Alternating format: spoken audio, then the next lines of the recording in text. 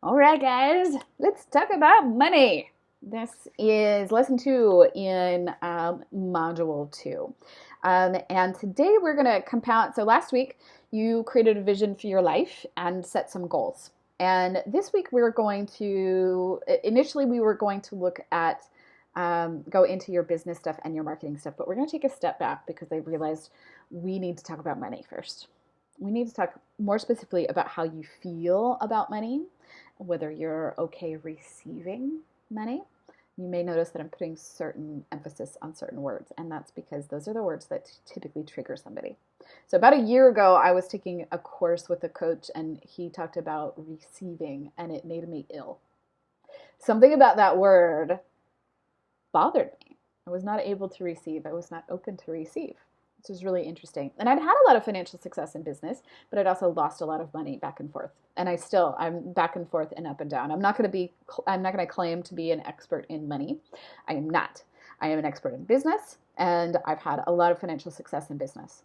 In my personal financial affairs, I have done very poorly, and I am recovering from that, and I'm working on that. What I can tell you is that I've spent a ton of time on it, particularly in this last year, figuring that out. And I believe I'm on a path towards a very strong financial future because of that. And so the exercises that I'm sharing with you are some of the key things that worked for me this year in flipping that switch and moving things forward, right? So I spent 2 weeks this year with Tony Robbins, a week at Business Mastery and a week at Day with Destiny.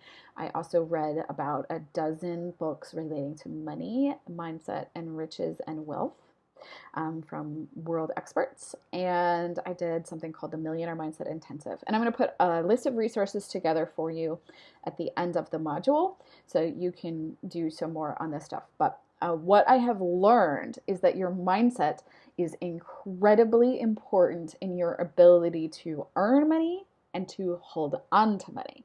So I was always really good at earning money. I've not been as historically good at holding on to it. In fact, I have a pattern of earning a lot of money, starting to really get success, and then either burning out and losing everything, or getting excited about having all this money and then overspending and losing everything. I have a really clear pattern. It's really, really interesting when you take the time to step back and look at your relationship with money over the long term. But anyway, so we're not going to go too far into it in this time. Like I said, I'm going to give you resources for going deeper. But what I do want you to do, this lesson is a 3-part lesson. And in the first one, you're going to just look at how you actually feel about money. And it's super, duper, duper important, again, that you're honest with your answers and you do not censor yourself. So set a timer and force yourself to write quickly. Don't overthink it because instinctually you're going to want to answer right. And right now you're just taking inventory. And so it's much more important that you write honestly. The only right answer here is an honest answer in part run. All right, so be completely honest about your feelings and then review that and see where you think you are on the money mindset scale if you feel like you've got a healthy sense of money. And if not, in the second half of part one, you're going to reframe some of those beliefs and you're going to use those going forward. So it's a good exercise. And then part two, you're going to look at why money is actually important to you.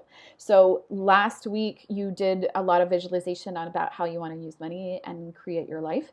You're going to do a very similar exercise, but you're going to just kind of crank it up a notch. And you're going to pretend that you are like ultra, ultra, ultra wealthy and what you would do with money.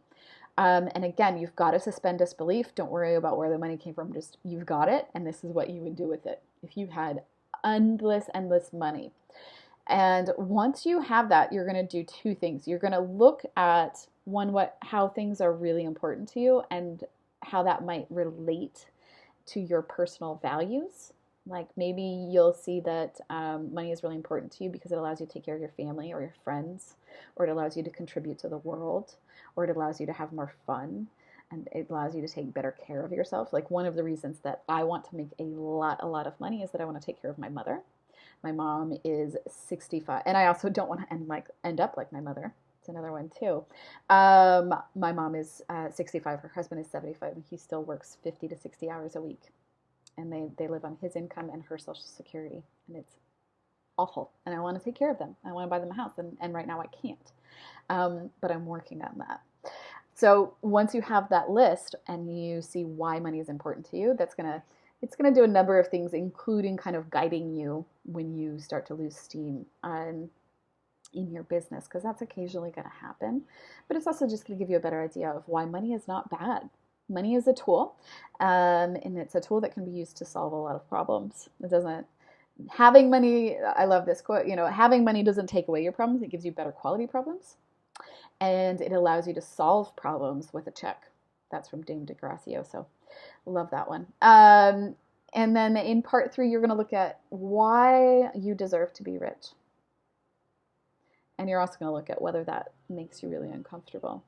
Somebody said that to me not too long ago, and it made me queasy because I come from a scarcity mindset. As I said, I had a very conflicting idea of money, and that's a lot of why I ended up on this roller coaster. Part of me felt I deserved a lot of money. Part of me felt I did not. Part of me felt that money was meant to be saved, and part of me felt that money was meant to be spent so that life could be enjoyed. And so that started the roller coaster, up and down and up and down. So my hope for you is to do these exercises and start to see some of those patterns yourself, see some of those beliefs you have. And like I said, this is a pretty quick one. This is not my area of expertise, but it is super important. At the very end, you're going to reflect on why you deserve to be rich. And you do. You absolutely do. I believe it. Even if we haven't met in person, I believe you deserve to be rich. I believe everybody deserves to be rich. And I also believe you're capable of it. It's crazy. I know. But you're capable of being rich. You deserve to be rich. And when you get rich, you're going to make other people rich in a lot of different ways, not just monetarily. When you are rich, you are able to support other people in a way that you can't when you are struggling for money. When you are rich, you are able to create jobs. When your company is big, you create income for people. When you hire somebody to help you clean your house, you're creating an income for somebody else. These things are not bad. They're not dirty. They're not ugly. In fact, they're pretty freaking cool when you think about it. So you deserve to be rich, and I want you in this section to figure out why. And then in the next section, we're going to talk about success. I'll see you soon.